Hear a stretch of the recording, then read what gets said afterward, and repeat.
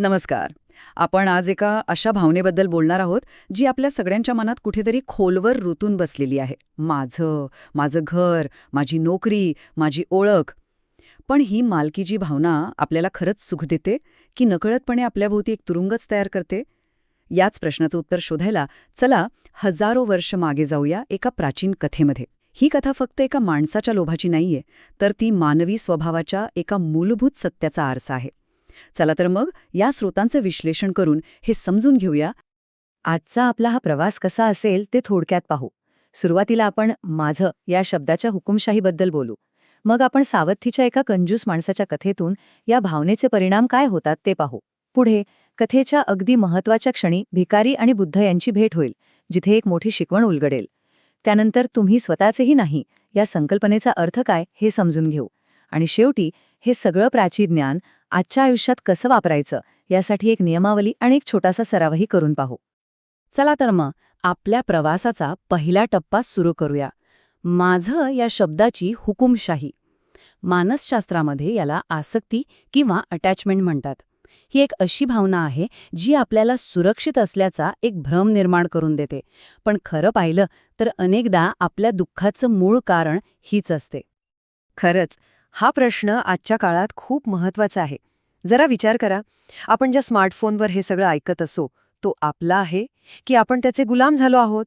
आपली social media profile ही खरंच आपली ओळख आहे की आपल्यावर टाकलेले एक ओझं?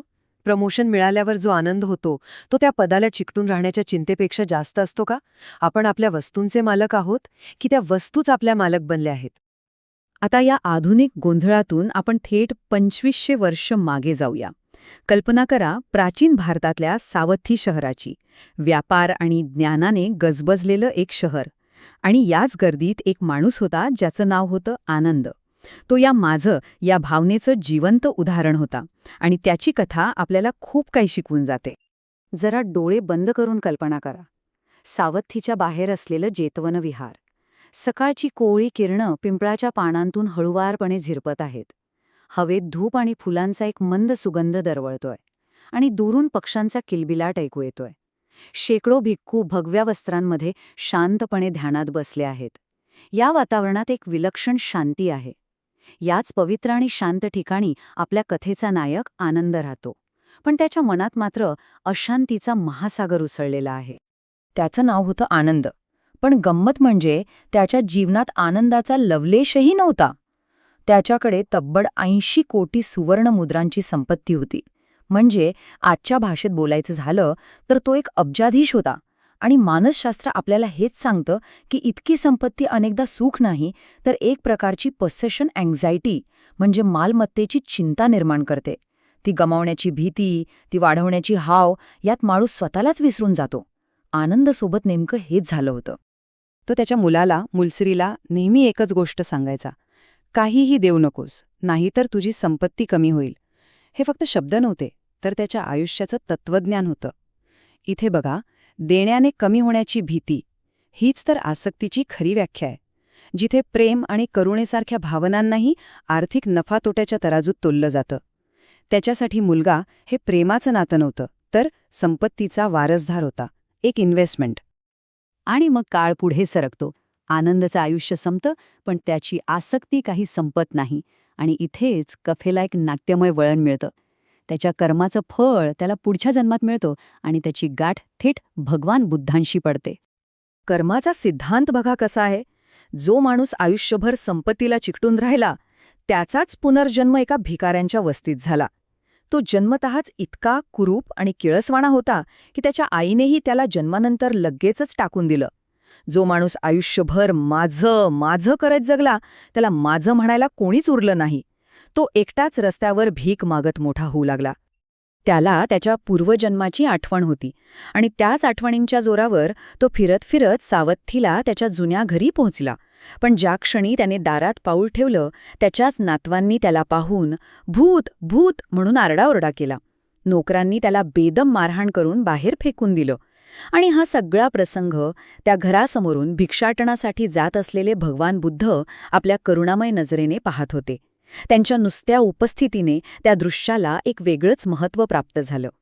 पुत्ता मथी धनम मथी इति बालो विहन्यती. अत्ताही अत्तनो नस्थी कुतो पुत्ता कुतो धनम. ह्या गाथेचा अर्थ आपल्या मनाला थेट भिडणारा आहे.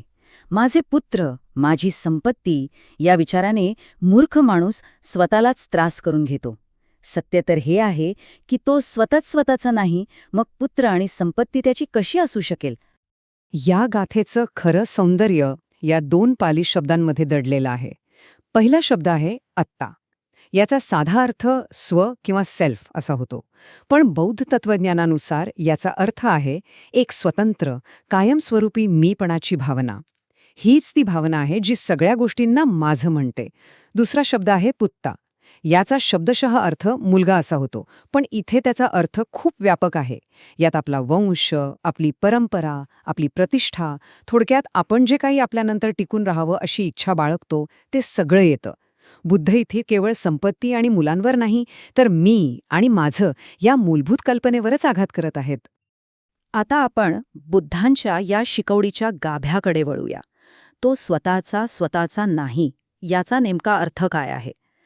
हे ऐकायला कदाचित थोडं विचित्र वाटेल, पण यात एक गहन मानसशास्त्रीय सत्य दडलेलं आहे. आनंदाची व्यथा होती सोन्याची, भौतिक संपत्तीची. त्याची ओळख त्याच्या खजिन्याशी जोडलेली होती. आणि आपली व्यथा काय आहे? आपली व्यथा आहे स्टेटसची. नोकरीतलं पद, सोशल मीडियावरचे फॉलोअर्स, आपली ऑनलाईन तयार केलेली इमेज. आनंदाला सोनं गमावण्याची भीती होती, आपल्याला रेप्युटेशन गमावण्याची भीती वाटते. स्वरूप बदललाय, पण तीच मूळ आसक्ती, तेच मूळ दुःख आजही तसंच कायम आहे. आपण आपल्या विचारांना, मतांना आणि डिजिटल प्रोफाईलला इतकं घट्ट धरून ठेवतो, जणू काही त्या म्हणजे आपणच आहोत. तर मग ह्या प्राचीन कथेतून आणि बुद्धांच्या शिकवणीतून आपल्याला काय मिळतं? आपल्याला मिळतं एक user manual for modern life. एक अशी नियमावली जी आपल्याला आजच्या जगातल्या ताणतणावांपासून मुक्त होण्यासाठी मदत करू शकते.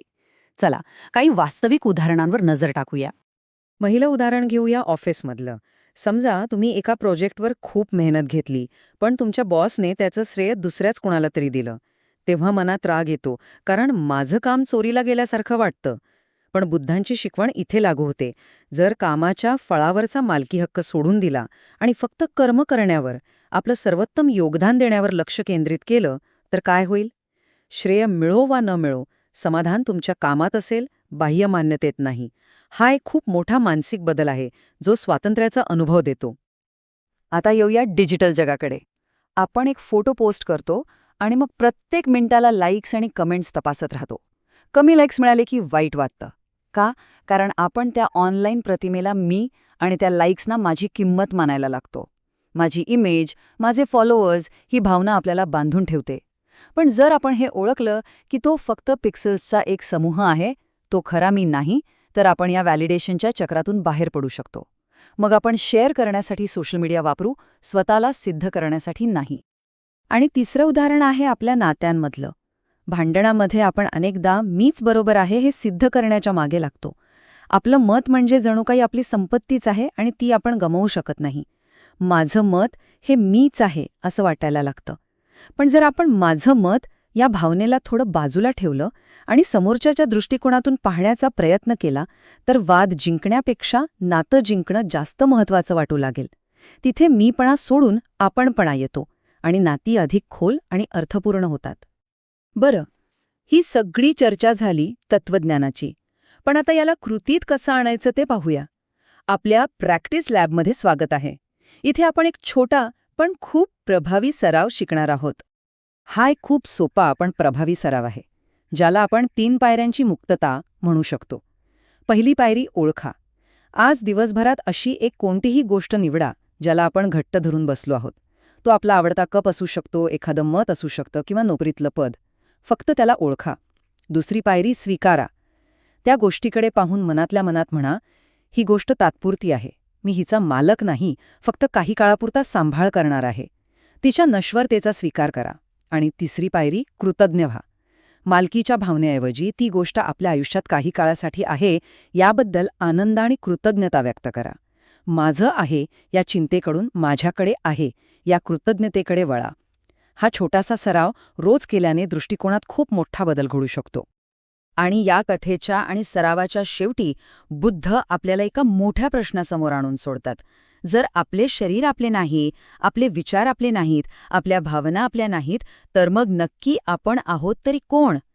या प्रश्नाचं उत्तर शोधणं हाच खरा प्रवास आहे. आणि हा स्रोत त्या प्रवासाची सुरुवात करून देतो. विचार करत राहा.